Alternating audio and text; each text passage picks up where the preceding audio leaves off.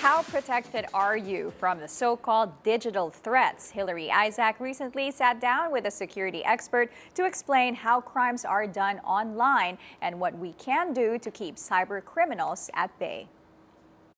In whatever we do, it seems like the internet always plays a big role, especially now that it is accessible even with just a single click on our smartphones. But has it ever crossed your mind that if we're not careful and if not used properly, the World Wide Web can pose grave and serious threat to our security? Now, to explain to us the nature of cybercrimes, we have in the studio Raymond Guinness. He's the Chief Technology Officer of Trend Micro. Okay, so let's talk about cybercrimes. Now, technically, we think about this and we think Hollywood movies, hacking into government sites. But in the world that we have today, how serious and how accessible is it to, get into cybercrime? It is serious, but it's definitely not like in the movies. In the movies, something needs to blow up. Sure, Normally, yeah.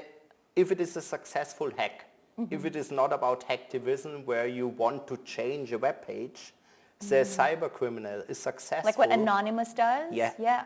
But the cyber criminal normally is successful if you don't notice it.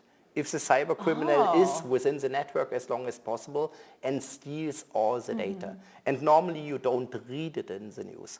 But think about the Philippines. Okay. Philippines, there are a lot of help desk centers.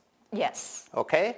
Corporate global help desk support in the Philippines. Philippines might not be the safest country in terms of cybersecurity because, hey, some people say, it's not that important. So if I want to get into a corporate network, if I want to get the customer records, maybe the easiest way is to hack into the help desk center here in the Philippines. That's right. But also our internet speed is so slow, it might take you years to do that. You'll just give up entirely and say, on to the next country.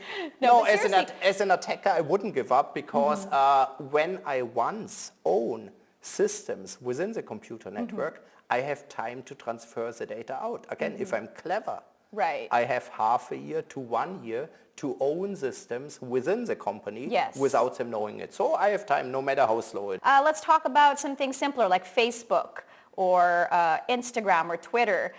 We all know that Facebook hacking has happened before, but apart from stealing pictures, what are the other dangers that we could be, posing ourselves to?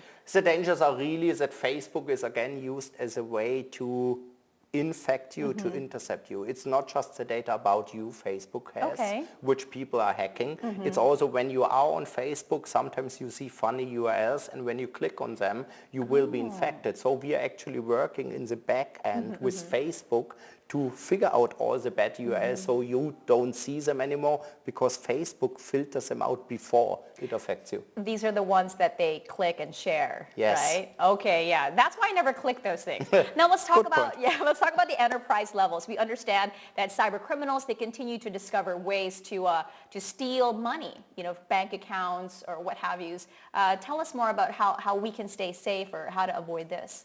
Yeah, at first as an enterprise customer, you need to accept that somebody wants to get your asset. We saw the attack on Target last year in US, yes, that's where right. 110 million credit card information has been stolen. Scary. Recently there was an attack on eBay. They didn't steal your bank account information, but they have all the information of you when you ever used eBay, especially in US, to actually now attack you by claiming to be eBay or somebody like this. And that's how it normally happens. The attacker gets in, the attacker builds a trusted relationship with a potential victim within a company, then convinces this victim to do something stupid, like clicking somewhere, then he owns a computer, then he tries to move within the network till the attacker sees important information and then he tries to steal the information. Okay, I want to talk about when you said to infect.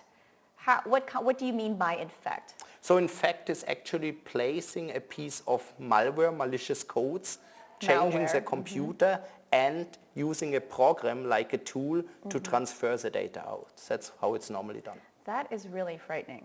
That is really frightening. When you think about it, like you're explaining this to me now, and I think about how we are so exposed, and we don't think about this at all. We go online, we purchase a lot of things online, and it's easy. Click, type, on your smartphone, and you don't think about how much of yourself you're actually giving away to other people out there. Now, according to a research carried out by your company, cyber criminals here in the country are focusing their attacks on mobile devices, right, through malware and high-risk apps. Now, I don't understand how that could work. Sometimes I think, oh, maybe it's an unsafe connection, Wi-Fi, whatever. But can you explain that to me in a simple way? It's not the connection, it's a mobile phone. The attacker knows when he wants to attack somebody in the Philippines, it's likely via mobile phone, because not everybody is having a computer anymore, but everybody is having a smartphone nowadays. Right. And you do, as you mentioned, you shop via smartphone, you do online transaction, online banking, everything via the smartphone. So the smartphone is an important asset which has a lot of information on it. Speaking of it never happens, how can we protect ourselves against this kind of attack? Is there a way for us to actually really be safe? There's never a way to be 100% safe, but you could be careful how you use your device, especially your mobile device. And depending on what device you're using, you have a higher risk or a lower risk. Right. Like here in Philippines, in the enterprise space, a lot of people still have Blackberries. Blackberries are pretty safe.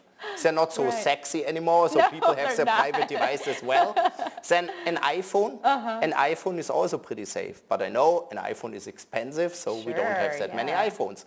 But then you have Android phones, and on Android telephones, I would say you need to install a protection, because Android is, in terms of safety, not very safe. Yeah, because it's an open platform, right? Absolutely. Now, if our viewers have more questions, how can they reach you? trendmicro.com.ph, website here, and all the information is there. Okay, so we'll be flashing that on the screen. Thank you so much for explaining all of that for us this morning. Such a difficult concept, but you've made it so simple. Thank you. That was Mr. Raymond Guinness, right? I said that right? Okay. He's the Chief Technology Officer of Trend Micro.